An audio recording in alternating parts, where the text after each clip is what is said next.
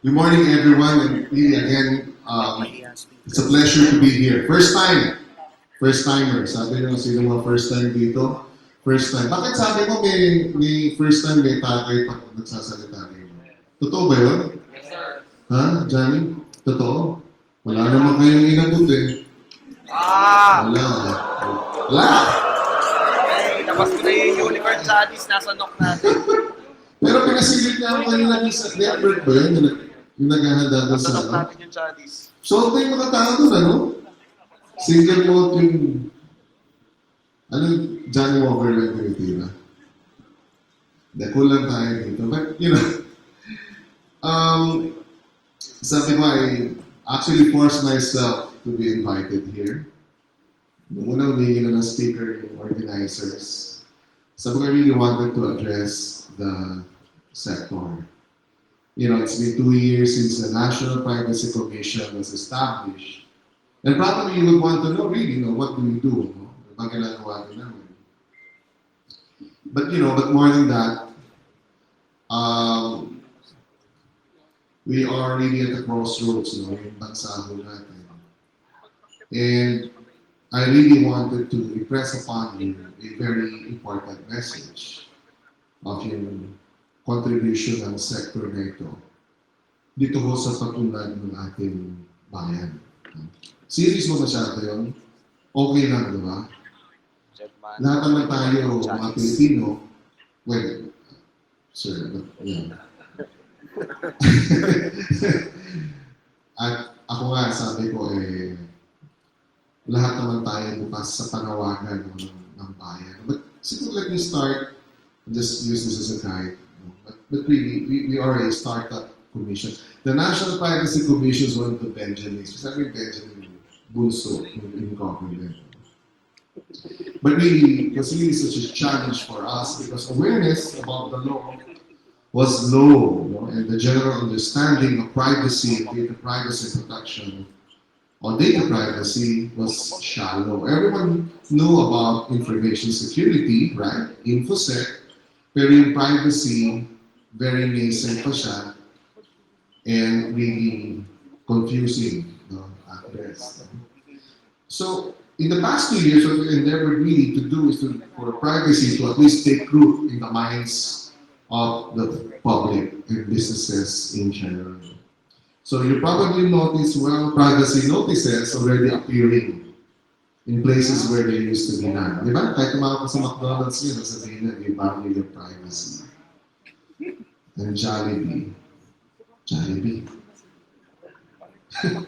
Tatawa kayo dyan. Nandito ba si Paul Vite? Nandito ba?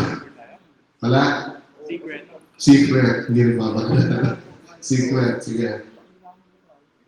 But you've also probably heard that data privacy being raised now in normal discourse, even as many still grapples with the concept. So in corporations, talks about data privacy have departed from server room banter to reach the boardroom. Agree? Many are talking about that, and in those of you coming from the corporate, I think you would agree. Tama ba ako? Mas pinag-uusapan na siya. Yes or no? Yes. But still not a lot needed to be done. On why we're doing this has got to do where the country wants to go. It's Ambition 2040. It provides the beacon towards a high-trust society where every Filipino is secure in their physical and digital lives and living in resilient communities. This includes living in a society where government and businesses are trusted. Transactions are frictionless, where everyone enjoys the fruits of individual autonomy. Surely it is going to be a fully digital society by 2040. But it is not only us taking this road. In fact, some of our neighbors in the Asian region have gone ahead of us in tracking this path to development. This has already caused a tectonic shift in the way economies are measured and how wealth is created. To cite a study made by McKinsey, a global think tank, a century ago, fortunes were made by those who saw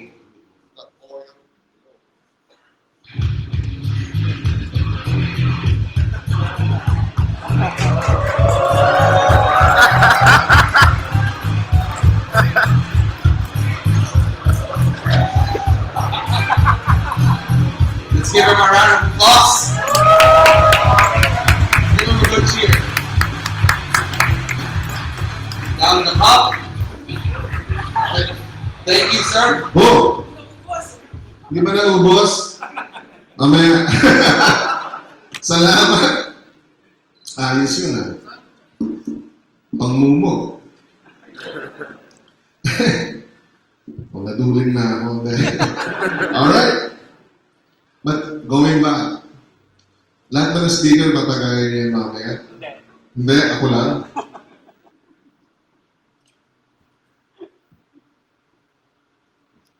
Alright. Mukhang masaya yung party bukas ah. Ibitado mo ba ako doon? Pwede. Going back, ano ba sinasabi ko? Ayan. Well, but in the 21st century, similar opportunity, used to be the first order that drives the global economy. But in the 21st century, a similar opportunity could be at hand as data becomes the most important resource in worldwide markets transformed by fast-changing digital technologies. You have the world's largest taxi company that owns vehicles, the world's largest media owner, Facebook, the world's most valuable retailer, Alibaba, and the world's largest accommodation provider, Airbnb. This community knows this company so much, better than anyone else. And of course, we have seen fortunes made by men like Bill Gates, Elon Musk, and Jack Ma. Indeed, data has become the new oil. Traditional industry dominance is eroding. Again, citing the McKinsey study, old national advantages like desirable locations on physical trade routes, superior logistics, and even incumbency could lose their brilliance. In their places will be digital skills centered in generating, using, sharing, and securing data. Countries that do not prepare for the shift will be left behind quickly, and countries who can grab these opportunities can cash in and lead. The country's Department of ICT plays the biggest role in this shift. The programs led by the DICT, from building ICT infrastructure, strengthening capacity and support to startups, lessening transaction costs in government, will all lead towards making the country even more competitive in today's digital markets. The National Privacy Commission has a role to play too. As digital transaction expands, so are the risks, threats, and harms to individuals. Protecting citizens have gone beyond patrolling the streets and the country's borders. Data is the new asset, and personal data is the new target.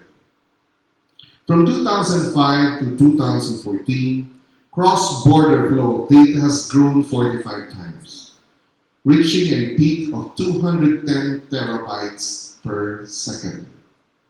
That's equivalent to about 1.6 billion selfies per minute. The tech analysis company Gartner has estimated that as of 2017, 8.4 billion objects are connected digitally, with projections that this may double by 2020. The Internet of Things has arrived and computerizing every conceivable object to be connected to the Internet. As cross-border data flows replace traditional trade and finance flows globally, the clarion call is for the responsible and accountable use of secured data, especially personal data. With the enactment of the Data Privacy Act of 2012, we have joined the community of nations and other jurisdictions that operate under privacy regimes to protect their citizens and data subjects. Currently, we are a member of the International Conference of Data Protection and Privacy Commissioners. There are 119 privacy jurisdictions all over the world. Today, information about real Filipinos are being processed, meaning collected, used, shared, stored, and disposed at unprecedented rates, creating a wider effect on the individual. With the introduction of the cloud, the potential to process information about practically everything and about anyone is here. Of course, there is much potential for good in this. Information can be stored and accessed. It is more easily managed, matched, and communicated. This has resulted in great needs in healthcare, government services, and more efficient transactions that brought modern conveniences in the lives of Mangwan and Alingwan. But there's also potential for misuse, for wrong use of data, unauthorized disclosure, and for straight out fraudulent use. Misuse that could lead to discrimination, unfair decision making, loss of reputation, and personal autonomy, especially when sensitive data about the race, age, sex, and ethnic origin, political and religious beliefs are used to come up with decisions about them. I think it was 2 months ago when I read that in the United States, 60% of human resource managers admit that really the main criteria they use when deciding whether to accept a person to be employed is their Facebook account. Fair ba yun? I-judge ka dahil tatanggapin ka sa trabaho mo, titignan yung Facebook account mo. Diba? Huwag natin kunin to, gangster to, kasi yung future yung takita to, maraming mga barkada mo, mga ano. And of course, there are so many other cases. Unfair decision making, again, loss of person, identity theft earlier. It was introduced sa atin. Ransomware also. And straight out identity fraud, nangyayari ko yan sa pang-araw-araw natin. Misuse that could lead to identity theft that can cause direct economic loss to an individual. Harm is also central in the denial of a citizen's right to exercise control over his or her personal data, like the denial of the right to be informed, right to access, blocking or erasure. These are some of the 21st century rights our present generation now enjoys and should assert.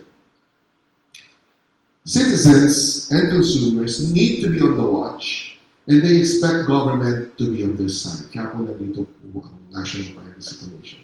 By enacting the Data Privacy Act of 2012, our lawmakers have proven that they are on the people's side.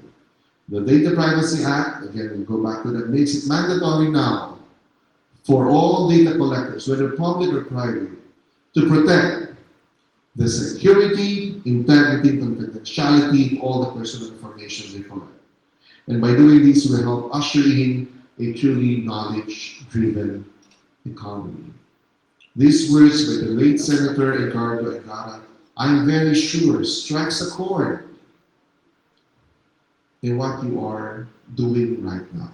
As a professional, as a hobbyist, doing it for to support your upkeep for living, again, but definitely this sector has a role to play in promoting and securing the privacy and persons of the Filipino citizens. So for better or for worse, a tidal shift is happening as we speak, and it is global. Technologies like the Internet of Things are maturing at a pace unseen since the Industrial Revolution.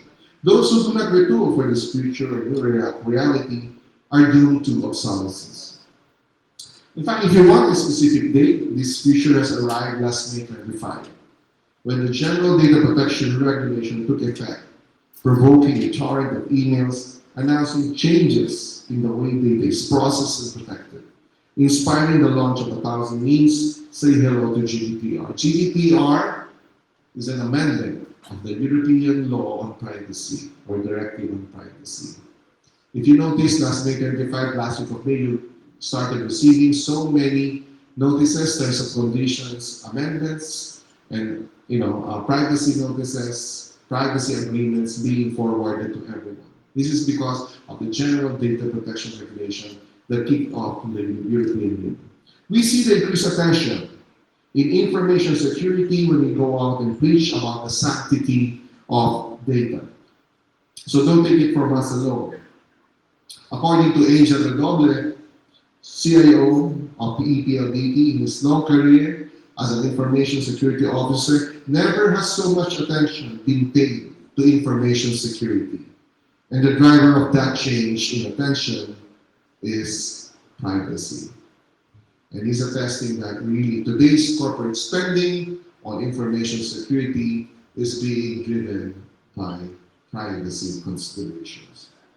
This change emphasizes the central role that information security plays in data privacy.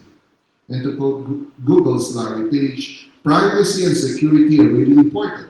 You cannot have privacy without security. Yes, you can have security without privacy, but you can never have privacy without security.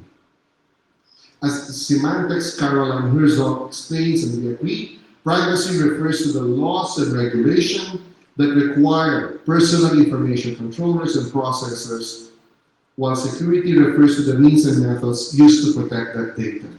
Security is about the impact of an event or an incident on the data. That's why we talk about confidentiality, integrity, and availability.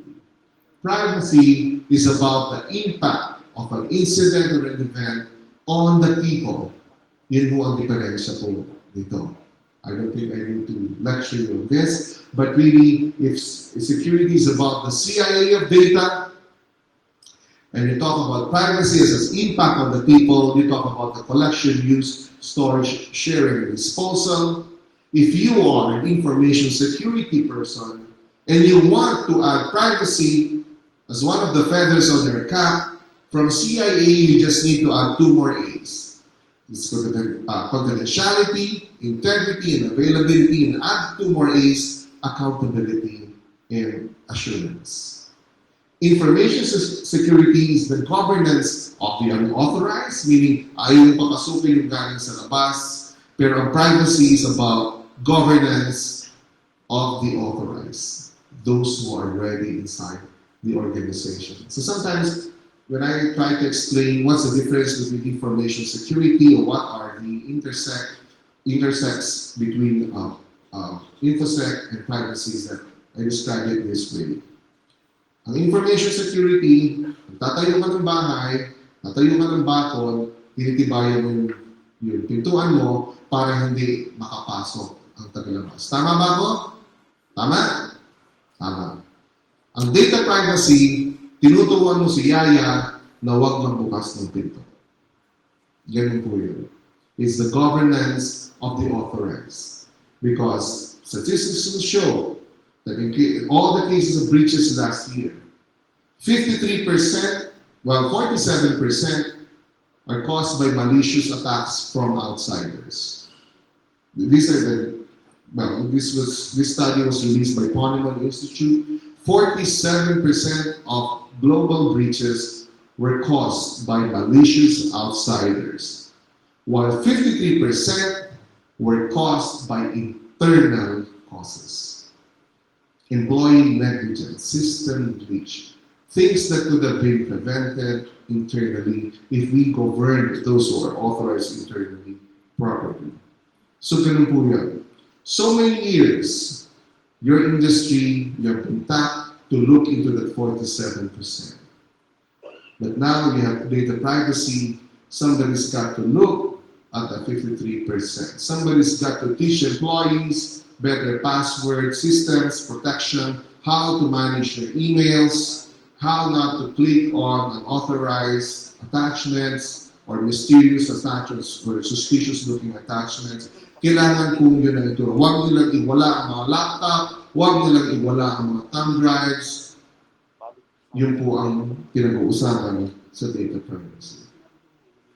So, if anything, the shift towards data privacy leads us to a new paradigm in protecting data. Aside from CIA, confidentiality, integrity, and availability, we must now look at accountability and assurance.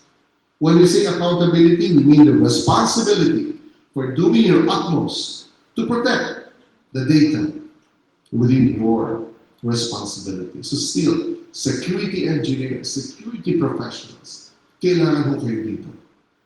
When we say assurance, we mean that we should be transparent and responsive enough for our stakeholders, for them to know how their data is going to be protected. So this is my address to you. To all of you here, mga kababayan ko, as the country's leading experts on the offensive and defensive aspects of data security, you, all of you here, as hackers ng bayan, are at the center of every data collection effort and protection effort. It is you who will design and implement the structures that will keep our data safe. When it comes to defending the critical infrastructure or the data that lies within them, no one will know more about it than you. No longer will you be the unsung heroes keeping our boat afloat. You will be at the vanguard, keeping threats and hazards at bay, so that everyone's data will remain safely private. Change is inevitable, and our government is no exception. The Philippine government is determined to never be left behind as it undergoes small and large digital transformation programs. It is not enough for government now to simply reform. Government must pursue rapid, robust, and sometimes bold transformation. It is not enough for us in government, again, to just reform, but we must transform. And we must transform digitally. I think the biggest challenge right now, mga kababayan, is that our people expect government to give or to implement the same amount of kind of efficiency that they are getting from the private sector. You know, expectation sa gobyerno. When you listen to the morning news, it's all about citizens complaining about government inefficiency. Hindi nila makuha to, hindi sila nabigyan ng ganitong serbisyo. Bakit mo sila nagre-reklamo? Because nakikita nila nagagawa eh. Nagagawa ng private sector. Diba? So everyone, okay sa kanila, may ATM tayo lahat, nakakapagbago tayo sa lahat ng mga ATM, kahit na kinukunan ka ng video habang nag-ATM ka, kahit maraming bago nagsishare ng financial data mo, okay lang sa atin yun. Convenient sa atin. Tama ba ako? Tama. Ito na yung mga fruits of the digital age. Pero ang gobyerno, pag kumingi o kumuha ng pagkakataon, na pwede ba ang ID mo, pwede rin magamit sa kabilang ospital, maraming may ayaw. Di ba? Ano po ang gagawin ng gobyerno? Palakihin ng budget para pagsilbihan ng mga mamamayan natin. At some point, government has to stop or to put a cap on spending on this. And no way to go back, well, become more efficient, just like the private sector. We have to go digital. So in that case, again, napag-uusapan nga po ito national ID. Over the next few months, you will see this being rolled out as a national ID system. The national ID system promises to reduce the processing time for basic services by reducing the time it takes to verify an identity. For decades, the prevailing notion is that the national ID system and data privacy and security are in opposition to each other. That a national ID system that adheres to the tenets of data privacy and security is impossible. This I do not believe. It betrays a dated mindset, where our rights cannot be upheld in harmony with the needs of efficient governance. No, we can have a national ID system.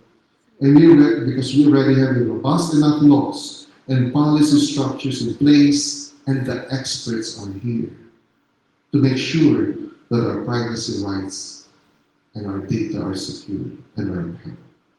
Our job in the NTC, my job as Privacy Commissioner, is to ensure that the law is followed now that the government decided to implement a national ID system. So last week, when we participated in the Right Shop for the implementing rules and regulations of the National ID System law, we were there to advocate for the right of the people to data privacy, which includes providing guidance in the crafting of state policy and proposing measures to mitigate risks to people's rights and freedom.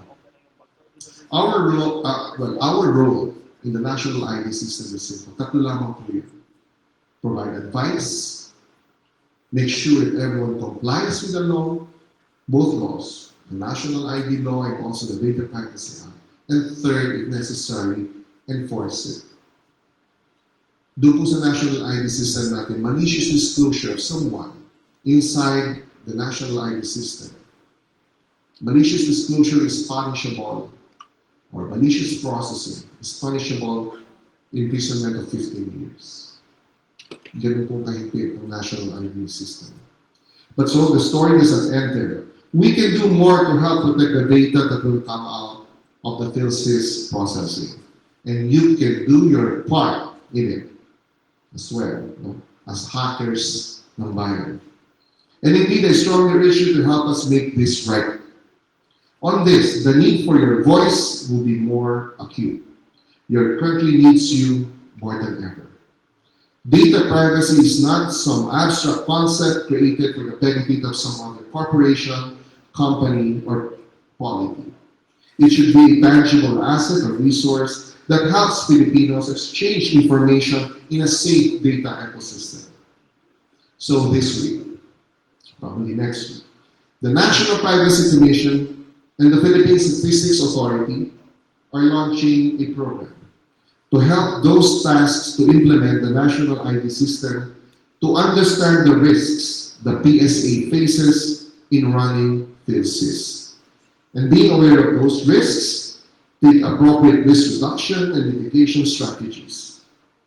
We have called this program Hakbayan. Hakbayan is a Delphi study that runs the course of over 2 weeks. The results of this study will serve as a guide for securing the most vulnerable of our data systems today. So we hope that this is the first of many similar activities to help fortify our digital institution. Hakbayan po ito, and we need hakbayanis to help us secure our systems in government. For the national ID, as the first program, we will be asking 30 of you here today, tatlong puho, to participate in this program. Sana kayo lahat, that we can only have space for the meantime for 30. Those of you who are going to be asked, we understand that you're asking your time, and we know that it's valuable. We would ask of you to see the larger picture, to see what is at stake. We could not announce who's included in that, but these are the first 30. All of you here, we consider hakbayanis, but we will be asking 30 of you. We will be calling on you and we'll be asking, and I hope you will give us the time, the very valuable resource that you possess. Give us the time to help us. Because as the old African saying goes, it takes a village to raise a child, and it will take this community to protect our future. Siguro, taga-UP naman ho ako kasi natalo kami kahapon sa game. Pero may luma kami, may matagal na kami kasabihan na rin mo sa ating lahat. Sabihan natin, pag naharap tayo sa mga hamon, sino ang kikilos kung hindi tayo kikilos? At kung hindi pa ngayon, kailan pa? With that, I leave you. Congratulations on this event at good luck po sa ating lahat. Maraming salamat.